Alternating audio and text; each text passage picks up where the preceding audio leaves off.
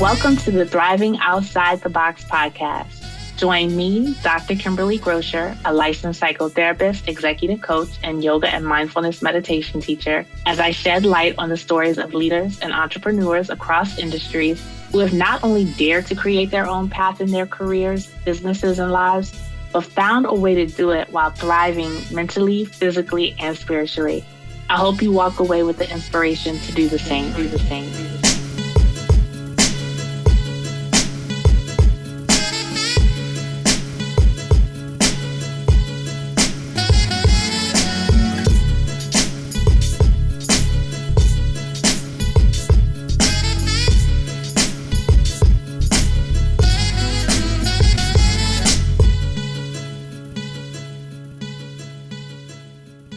Hi, I'm Dr. Kimberly Grocher. I'm your host of the Thriving Outside the Box podcast, and I'm really happy today to be talking to Dr. Rich Furman. I'm going to let you tell your titles, what you do, and how you are living outside the box. Okay. I just go by Rich, and I'm a professor emeritus at the University of Washington, Tacoma. I was a professor of social work for almost 25 years.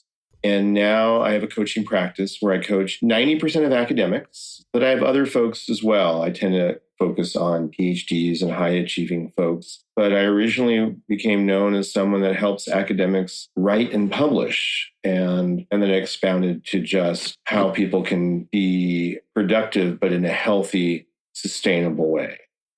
And that's what I do. And so I retired from the faculty in December so I could do this full time. It got busy enough that I really had to make a choice, and the choice was pretty obvious. This is just my passion. So I'm just grateful to be here to be able to talk to you about it. And anything else you want to ask about? Thank you, Rich. I'm so excited to have you here to glean some of your insights, hear more about your journey and your story, because I know in the time that I've known you, like working with you was tremendous. So I actually met Rich on academic Twitter a few years ago because you used to post about writing and things of that nature and things going on in the profession. And I noticed that you had a MFA, which I haven't seen a lot of crossover between social workers and degrees in like arts and things like that. So that was very interesting to me. And I think we connected, and you actually helped me tremendously, coached me through my dissertation process. Yeah, you were easy. You were out.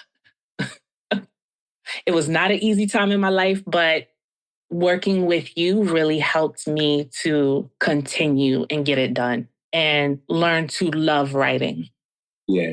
When I hear that, that's the ultimate.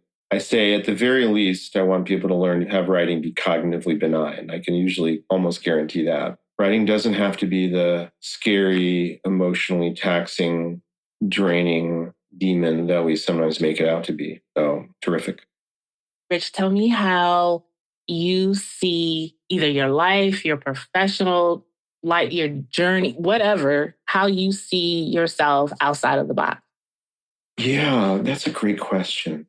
I mean, I've always been a little outside the box, right? As a teenager, I was into punk rock. I was always into alternative culture. As a teen, I was involved in activism against the wars in Central America in the 80s and the dictatorships in Central America. And so I've always just been a little different. But as an academic, I'll give you my story briefly. So I'm a social worker by training. And so my work was as a clinical social worker. I worked as a therapist in the Puerto Rican community. I worked with Philadelphia cops and firemen in a group practice. Was an administrator of kids' mental health programs. And then I decided to do my doctorate to become a faculty. I liked to write, and the idea of teaching was exciting. And so when I got my doctorate, I moved to Colorado State. It was my first tenure track faculty job. And over dinner one day with our dear friends that kind of took us in, 3 different women were the assistant professors, like I was.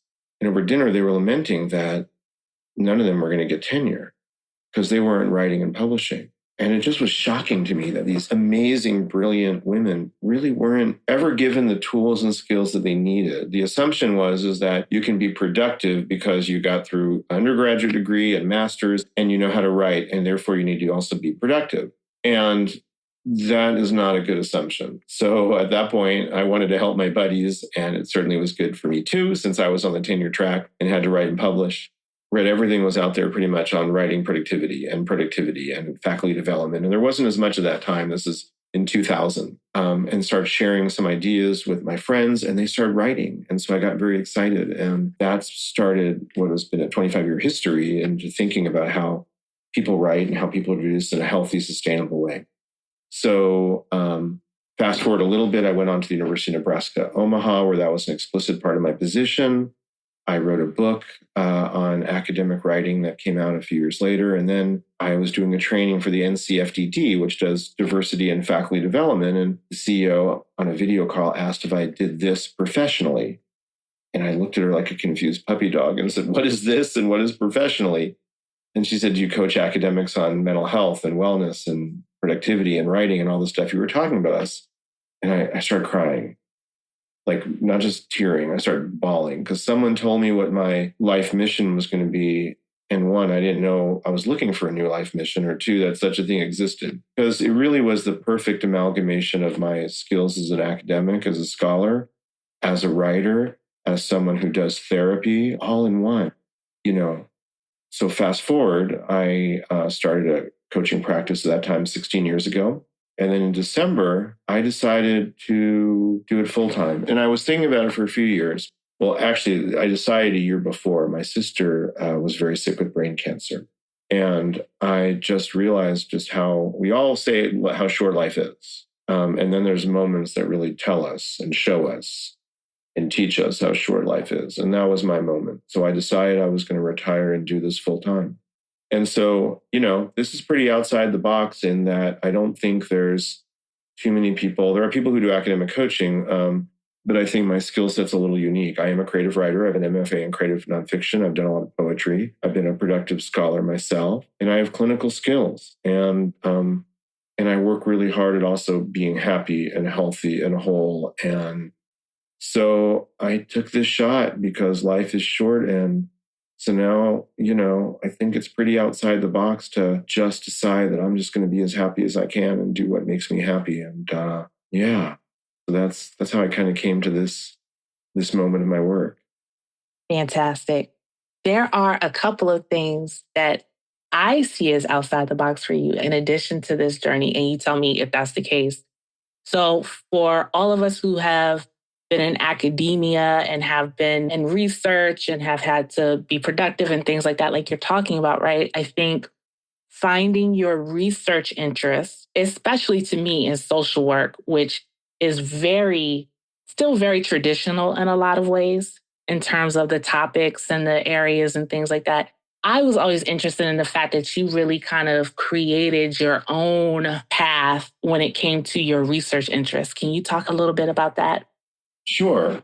I think if I'm known for anything, I've had a few interests over my careers, but a lot of my work is situated on the boundary between the expressive and the creative arts and qualitative research methods, specifically using the poetry as a tool to help us elucidate research findings, to serve as a container. So I've utilized creative structures and forms to help give people's stories more life and a more emotional resonance and power, using something called the research poem. So I guess I wasn't certainly the inventor of it, but a couple of people have recently called me the godfather of poetry as research.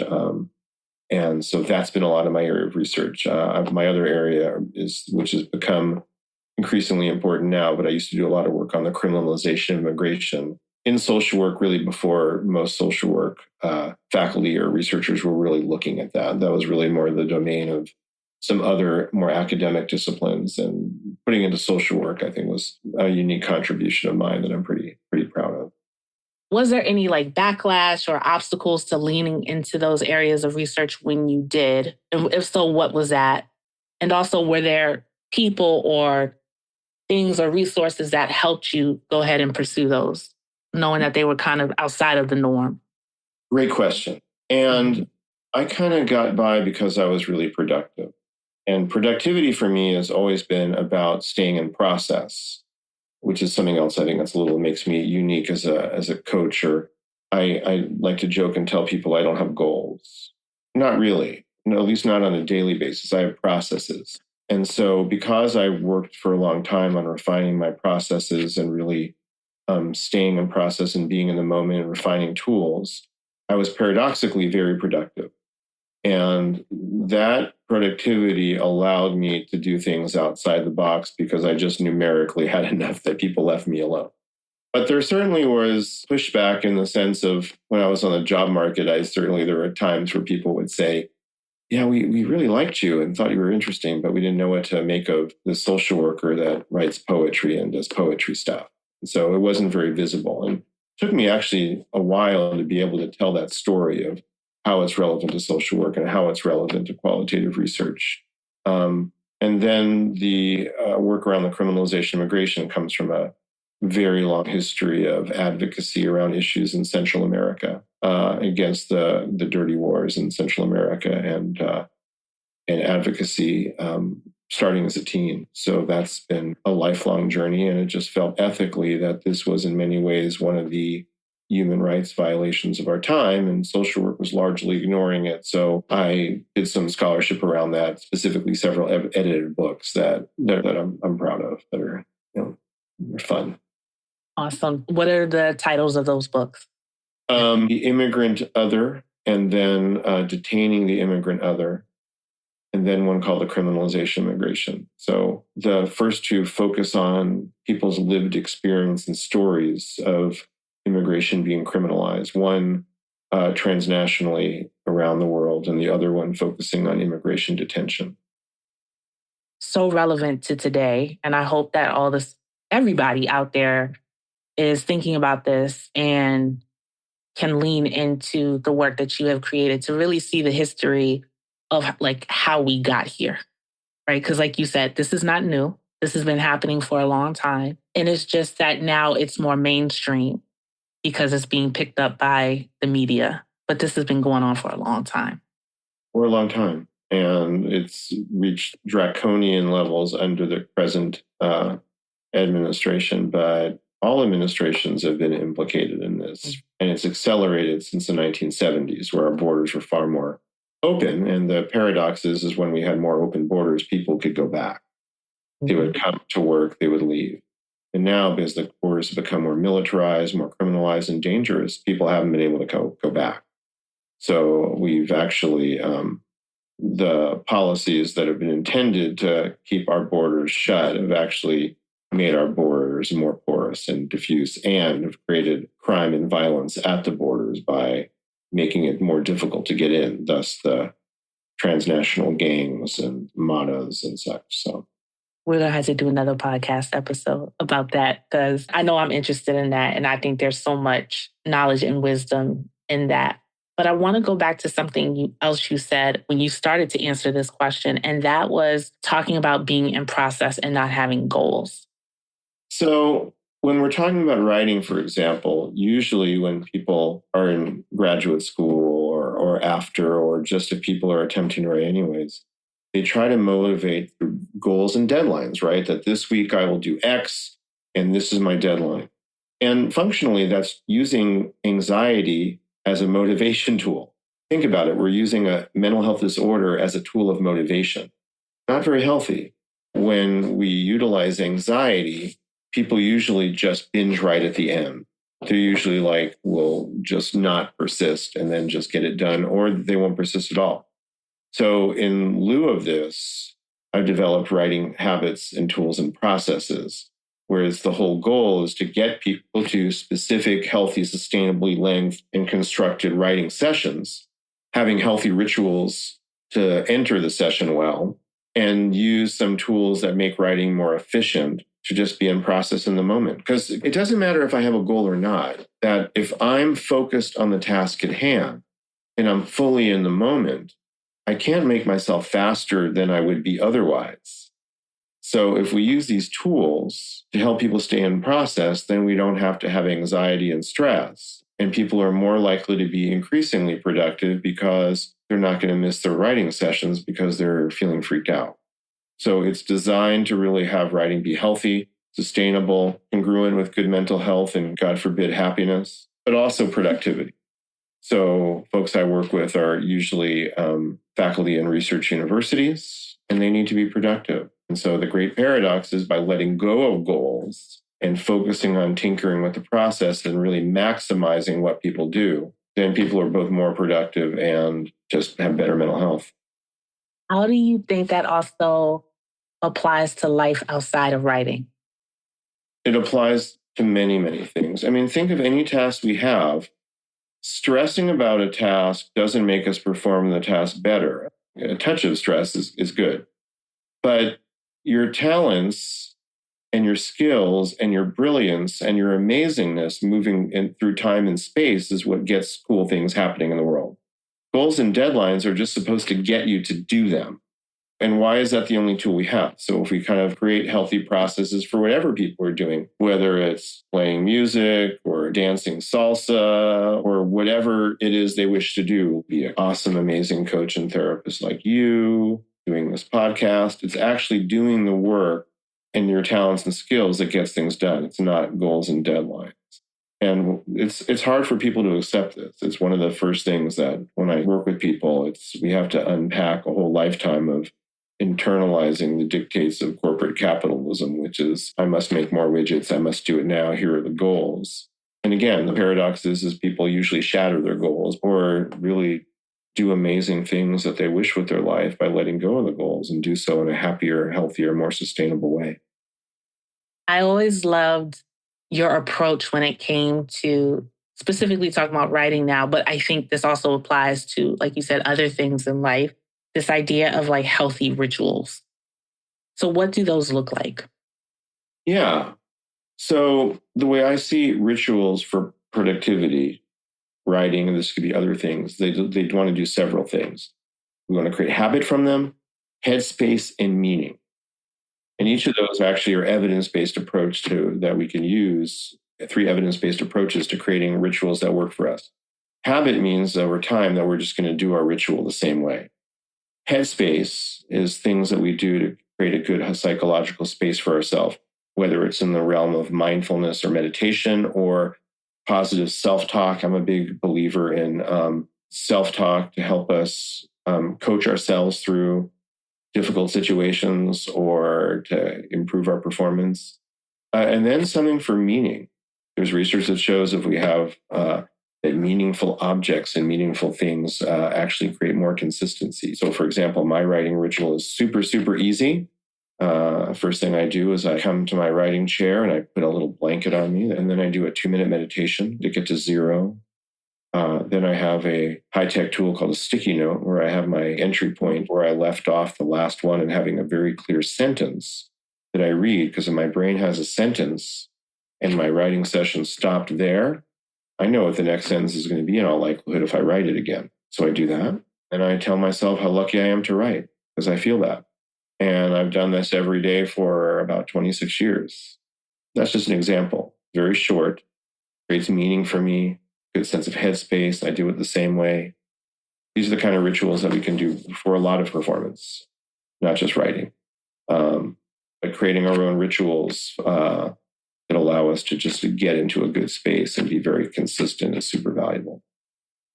So I think this is a nice segue into talking about your wellness practices, right? And so I want us to talk about your personal wellness practices, but can you also say something, if this resonates, about writing outside of academia? Like, do you feel like there are benefits to writing for people in general? Oh, yeah. Writing is a method of inquiry. Writing is actually is one of the ways we think. It's not we think and then we write. It's writing is actually a process that helps us think. And so that's one of the powers of journaling or different kinds of writing practices that help us uncover our thinking and our creativity. And this doesn't have to take a really long time. We can do short free writes, for example, of 5 minutes. That's all it really can take. It takes sometimes. Set a timer and then go and then write without judgment, without evaluation, no spell checking, no editing. We're just going to throw it away, or at least metaphorically throw it away. So that way you don't censor. And that can uncover a lot of our deeper thoughts, our creativity, ideas that we want to play with. And so that's one wonderful use of writing outside of, just a use of writing or a function of writing. Another one is just for our own mental health and well-being. The poet Charles Bukowski talked about writing being the ultimate psychiatrist, using writing as a mental health practice and being able to interrogate, to think through, to evaluate our thinking, making sure our thinking is kind of reality-based and challenge thinking that isn't serving us well. A place both to honor our feelings that are healthy and to explore things that are probably problematic. And then writing in and of itself is a fantastic creative outlet, right? So creative writing, I love creative writing. I identify as an essayist at this point and love the essay form. And so writing has so many possibilities. And that's, one of my concerns today with some of the lack of reading these days and is that it really impacts our writing. You got to really, it might sound old school, but if you want to write well, you want to read well. Mm-hmm. Yeah, especially when you think about how reading and writing are connected to our thinking, and the way we think. So if we're not reading, if we're not writing, or we're afraid to write, or whatever the obstacle is, how are we processing? How are we thinking? Right. And that's it. That's why I say writing is a method of inquiry. And so, making sure that we create space for that in our lives is super valuable. And it doesn't have to take as long as people sometimes think. Journaling and kind of other kinds of writing practices really can be in 5-minute bursts. And that timer is actually super helpful. Sometimes people will do as much in 5 minutes or 10 minutes as they would have sitting in their chair for several hours. Mm-hmm. Time serves as a bound, as a motivation. You're making me miss writing. I have not written in several months because of different losses and things in my life, but I do the morning pages. So every morning I try to write at least 3 pages as described in The Artist's Way by Julia Cameron. That has helped as part of my grieving process. And like you said, I'm able to really see just the act of it, just the getting it on the page and what comes up, things that I didn't even know I was thinking about, or things I didn't even know I was struggling with, or things that I want to celebrate, or getting those creative bursts down first thing in the morning, So I'll journey back to the other kinds of writing. And I hear this a lot where people talk about the fundamental differences between academic writing and non-academic writing. I just don't get it. Maybe I'm not sharp enough or what, but the building block of writing is a sentence. And if you can write a sentence, then you can write academically. Mm-hmm. You can write a poem. You can write an essay. You can write a novel. You can write a memoir. Yeah, there's things to learn about each genre and each discipline.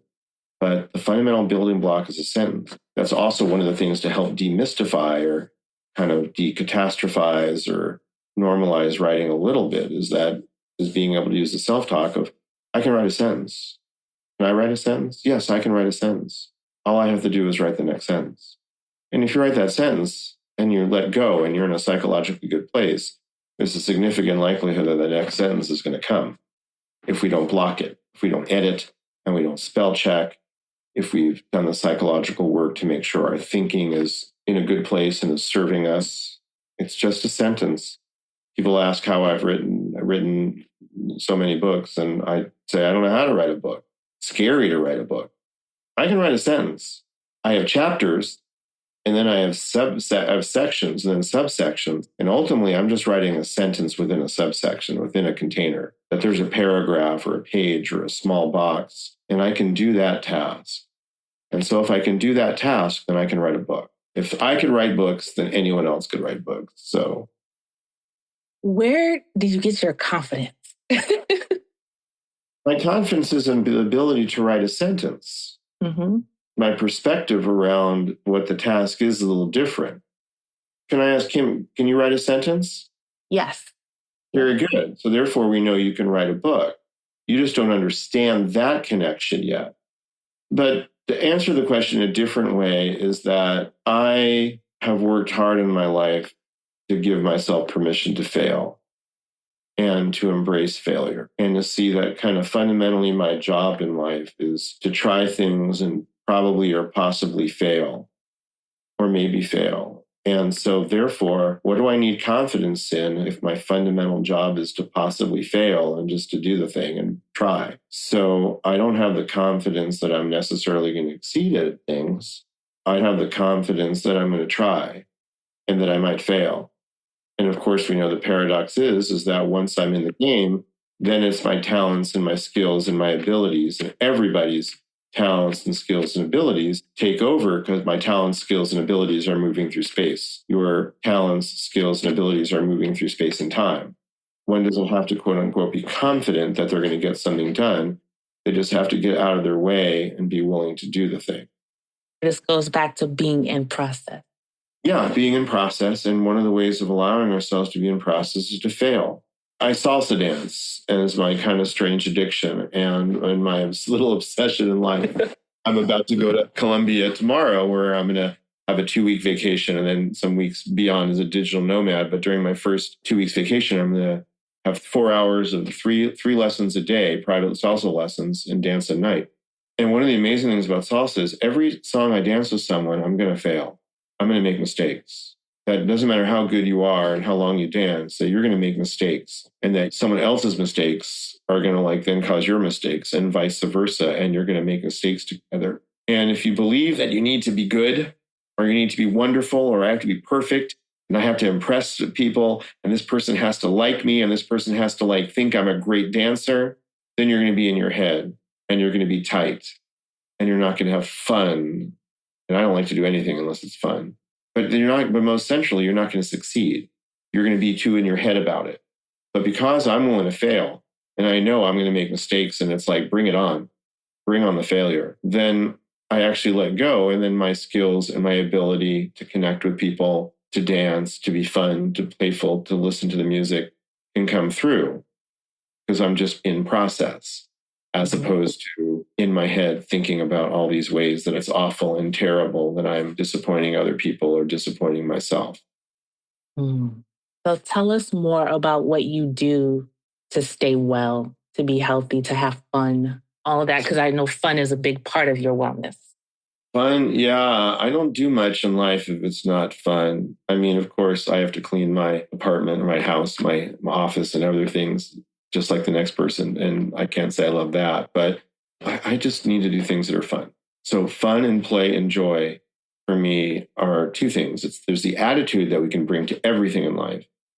And in my coaching practice, I'm just myself. I'm just kind of be fun, loving, rich. And this is what you get. So it's about an attitude and a spirit that we have in our lives in general. But then there's things I do for fun. Salsa is I just love to dance and I love music. So I do that every day. I have my cardio salsa hours. That's what I do for exercise. Around some kettlebells in the middle of ones to get the resistance training in. So I do that. And then a few times a week, I go out with friends and dance salsa at socials. And so I have a good group of friends. I play music. I play ukulele, kind of jazz and punk rock ukulele of all things. I enjoy that. And I love to travel. So those are the main things. And I have a meditation practice. My meditation practice is very short. I do a 2-minute meditation between every client call and just little 2-minute meditations in life when I feel like I need one. So, and I find that's sufficient for me to get to center. So yeah, those are my non-negotiables. I'm going to do those in life no matter what happens. Awesome. Do you have your ukulele at hand? There's always a ukulele not far away. Can you strum a little something? Oh my. All right. You said podcast. You didn't say concert. But because you're you and I adore you, I will. Thanks. Those falling leaves float past my window. Those autumn leaves of red and gold.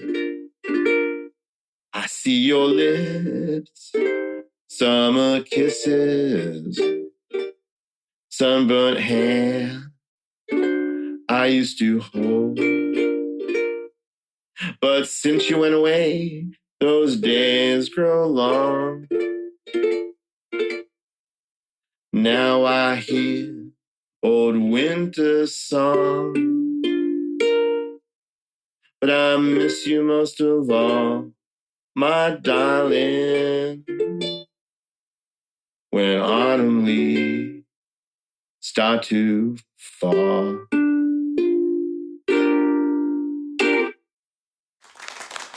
Thank you, Rich. Thank you. Thank you.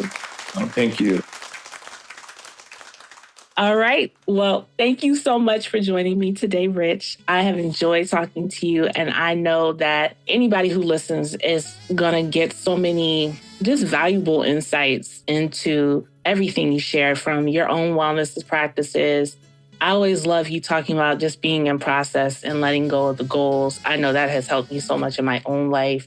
And then just kind of like the attitude of fun and joy and lightness and bringing that to everything that you do.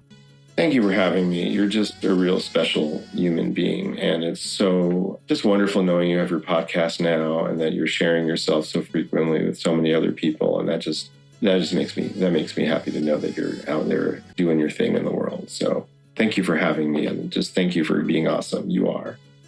Thank you. Thank you so much. So join us next time. Check out the show notes. You will find out how to contact Rich and how to get access to his content, his website. And if you are interested in writing, maybe learning more about his programs. All right. Have a great day.